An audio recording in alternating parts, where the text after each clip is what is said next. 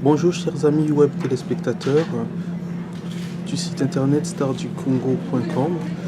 Nous sommes avec Monsieur Franklin Nyamsi, un professeur agrégé de philosophie, écrivain, analyste politique et conseiller, si je ne m'abuse, du président de l'Assemblée nationale de Côte d'Ivoire. C'est bien ça? C'est exact. D'accord. Et l'interview de ce jour sera basée sur la révolution burkinabé, les causes, les effets.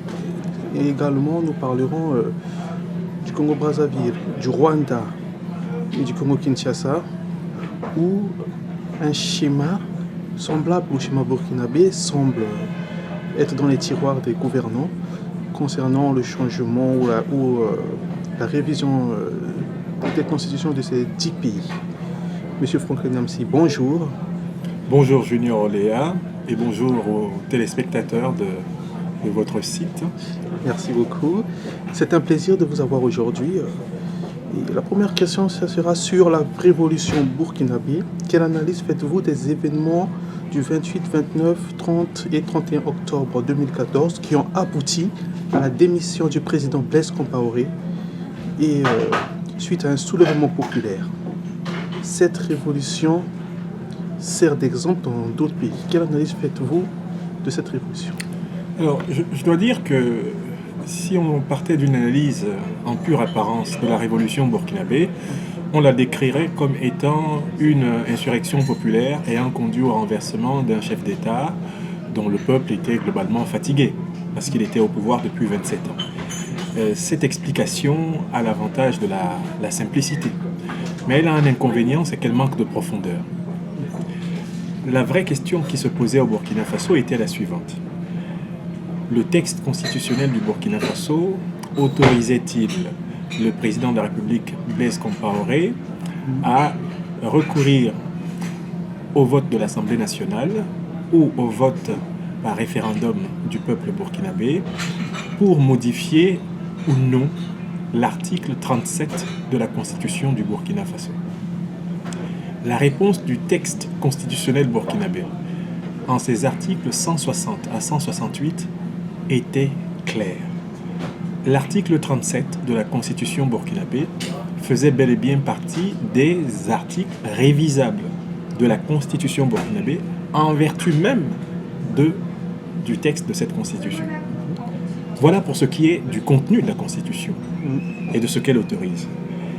L'autre question, c'est, y avait-il opportunité politique de procéder à cette modification constitutionnelle à ce moment donné? Eh bien, cette question-là a été décidée par l'histoire. De fait, d'un point de vue légal, d'un point de vue juridique, le président Compaoré avait parfaitement le droit de solliciter auprès de son peuple une modification de la Constitution. Parce que c'est la Constitution qui est l'arbitre dans ces cas-là. Mais on constate que de fait, et c'est là le conflit entre ce qu'on peut appeler une analyse de juré, de droit, et une analyse de facto, on constate que de fait, d'autres dispositions avaient été prises pour faire face à l'usage légal et légitime de la Constitution par le président Compaoré. Et ces dispositions avaient été prises par qui? Par l'opposition politique civile, par une partie de l'armée burkinabé et par un certain nombre de mouvements citoyens, dont le fameux ballet citoyen, qui, comme vous le savez, a voulu exporter sa révolution, entre guillemets, au Congo. Je suis donc de ceux qui pensent que ce qui s'est produit au Burkina Faso du 30 au 31 octobre passé est un coup d'État déguisé en insurrection populaire. Ce n'était pas une révolte spontanée. Il ne s'agit pas d'une révolte spontanée, elle a été savamment préparée. Et il est même absolument aujourd'hui certain que même si le président Compaoré n'avait pas essayé de recourir à la loi pour modifier la Constitution, il aurait probablement été l'objet d'une tentative de renversement plus ou moins fructueuse. D'ailleurs, je tiens à rappeler que les mêmes éléments qui ont fini par renverser le pouvoir Compaoré avaient tenté par 3 ou 4 fois, avant les événements d'octobre 2014, de renverser Blaise Compaoré par des voies militaires directes. Il y a eu des incidents militaires à répétition pendant les 5 dernières années au Burkina Faso. Des mutineries ont éclaté plusieurs fois, y compris dans l'enceinte du palais présidentiel. Je conclus donc pour ma part sur le Burkina Faso en disant que le Burkina Faso est l'occasion pour les Africains de se demander si sérieusement ils acceptent de vivre dans des régimes démocratiques ou pas. Si la réponse des Africains est oui, nous voulons vivre en démocratie, eh bien en démocratie, le principe organisant la concurrence politique, c'est la Constitution. Mais alors, toute la Constitution et rien que la Constitution. Si la réponse des Africains est non, eh bien il est parfaitement compréhensible que sans respecter la loi qui organise la concurrence pacifique, je rappelle qu'au Burkina Faso, il y avait absolument consensus entre l'opposition et le pouvoir quant à la légitimité et la légalité du pouvoir du président Compaoré. Donc si désormais ce n'est pas la Constitution qui organise la vie démocratique de la cité, mais le rapport de force militaire, civile, et comme on l'a entendu à un moment donné, la rue, la foule, eh bien ce qui désormais va servir de critère de gouvernance politique en Afrique, ça va être le populisme. Pour moi, ce qui a triomphé à Ouagadougou, du 30 au 31 octobre 2014, c'est le populisme qui a triomphé de la démocratie. J'ai rencontré par plusieurs fois, personnellement, le président Compaoré. Et je suis absolument convaincu qu'il ne comptait pas s'éterniser au pouvoir, qu'il avait compris qu'il était temps de passer la main et que précisément il craignait que le Burkina Faso, après lui, soit livré à la compétition déloyale des nombreux concurrents qui, comme vous le voyez de plus en plus, sont en train de s'affronter. Que voit-on faire aujourd'hui la transition burkinabé? La transition burkinabé a instauré de fait une dictature pseudo-constitutionnelle. La transition burkinabé du président Kafando et du lieutenant-colonel Zida s'est dotée d'un pseudo-texte dit Charte de la transition, en vertu duquel il se prépare à exclure de la compétition électorale 2015 les représentants de l'ancienne majorité présidentielle, qui pourtant avaient gagné les élections législatives et présidentielles précédentes. On vous dira que sous l'ère Blaise Compaoré, les élections n'étaient pas crédibles. Ce n'est pas vrai. Pour la toute simple raison que moi j'ai des textes. Compaoré a toujours été élu, réélu et réélu. Absolument. Avec des scores staliniens. Je suis même convaincu. Jamais de score stalinien. Il faut regarder les résultats. Au Burkina Faso, l'élection de 98, ils ont toujours été serrés, mais c'était jamais des scores du genre 99%, 98%, jamais. C'est des scores qui sont largement au-dessus de la majorité, donc des 50%, mais ce ne sont pas les scores soviétiques. Est-ce que ces scores reflétaient la vérité? Absolument. Et c'est parce que les opposants au président Compaoré savaient qu'ils perdraient par les urnes qu'ils ont préféré passer par les armes et par la manipulation des foules. J'ajoute comme argument, il faut regarder comment la transition burkinabé est gérée depuis le mois d'octobre 2014. Et vous allez voir que cette transition a instauré de fait une dictature de facto. Au nom de quel principe démocratique peut-on exclure les représentants de l'ancien parti au pouvoir d'une élection qu'on prétend être transparente, libre, pluraliste en 2015? La transition a révélé son véritable visage, elle est antidémocratique. Si elle n'était pas antidémocratique, elle organiserait une élection véritablement compétitive. Or, ce qui est en train de se passer aujourd'hui au Burkina Faso, c'est ce qui s'est passé en Côte d'Ivoire en 2000, lorsque Laurent Gbagbo s'est fait élire à la tête de la Côte d'Ivoire, alors qu'en complicité avec le général Guèye, ils avaient exclu de la compétition électorale les candidats des deux autres grandes formations politiques de Côte d'Ivoire. Le FPI avait exclu, en complicité avec le général Robert Guèye, vous avez exclu le RDR du président Alassane Ouattara et le PDCI du président Bédié. Et c'est à ce prix que Laurent Gbagbo a pu entrer au palais présidentiel.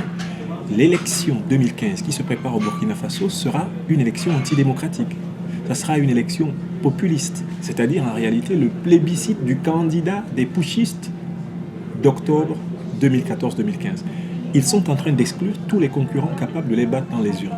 Djibril Bassolé s'est insurgé contre ces exclusions, visant des proches collaborateurs de Blaise Compaoré, des anciens ministres comme lui ou d'autres. Pour ma part, Djibril Bassolé a parfaitement raison de s'insurger contre cette exclusion a priori de candidats qui représentent potentiellement la légitimité populaire. Donc vous voyez très bien que ce qui s'est passé au Burkina Faso ne peut pas être transféré de manière automatique à l'ensemble des situations politiques du continent. Je suis contre l'idée de dire il y a un modèle burkinabé, on va l'appliquer ailleurs. Car ce qui s'est passé au Burkina Faso, c'est le triomphe du populisme contre la démocratie. Mais on dit que le désir secret du président Blaise Compaoré, c'était de se maintenir au pouvoir de faire un troisième mandat au détriment de textes constitutionnels et que au Congo-Brazzaville, au Congo-Kinshasa et même au Rwanda, ces anciens homologues ont cette même idée. Moi, je propose. Et que les jeunesses de ces pays-là peuvent aussi imiter leurs frères du Burkina Faso et se révolter. D'abord, toute la jeunesse burkinabé ne s'est pas révoltée.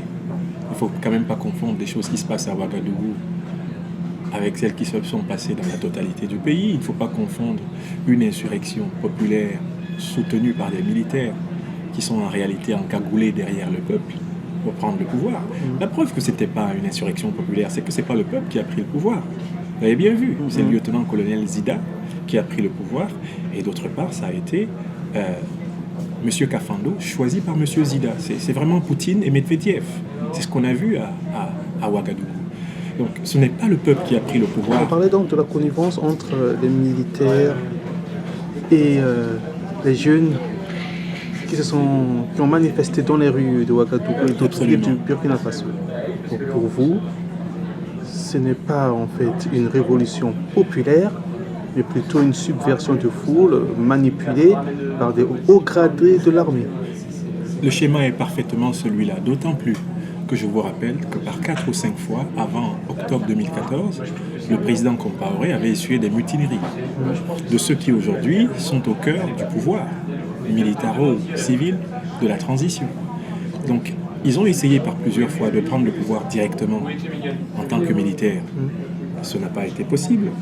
Ils ont donc choisi un nouveau schéma, utiliser la foule comme bouclier humain pour contraindre le président Compaoré à commettre éventuellement un crime contre les droits de l'homme, première hypothèse, ou alors, tout simplement, à ce moment-là, à démissionner. C'est la seconde hypothèse que le président Compaoré a choisie parce qu'il ne voulait pas que la fin de ces années au pouvoir à la tête du Burkina Faso soit signée de cette façon dans le sang. Donc, ce sont bien de nombreuses tentatives de coup d'État qui ont fini par être agrémentées par ce qu'on peut appeler le chantage à la chair à canon. C'est ce qui s'est passé à Ouagadougou. Et concernant les autres pays africains, qui d'après certains analystes pourraient également connaître le même scénario que ce qu'on a vu au Burkina Faso. Voilà, ce que je pense. Si au Congo-Brazzaville, il y a une révision de constitution par exemple. Ce que je pense, c'est que justement, ce qu'on risque de voir à travers le continent tout entier, c'est des velléités venant des différentes armées africaines, déguisées en insurrection populaire, pour reconduire à la tête de l'Afrique des régimes militaires qu'on n'avait plus vus depuis la fin des années 90. En fait, l'Afrique est en processus de remilitarisation. Et c'est ce que les gens ne sont pas en train de voir. Les revendications démocratiques sont utilisées par des groupes de type militariste pour prendre le pouvoir sous couvert de restaurer la dignité des peuples. C'est cette manipulation, c'est cette escroquerie intellectuelle que je dénonce en disant aux Congolais, attention, ne prenez pas ce qui se passe au Burkina Faso pour votre modèle.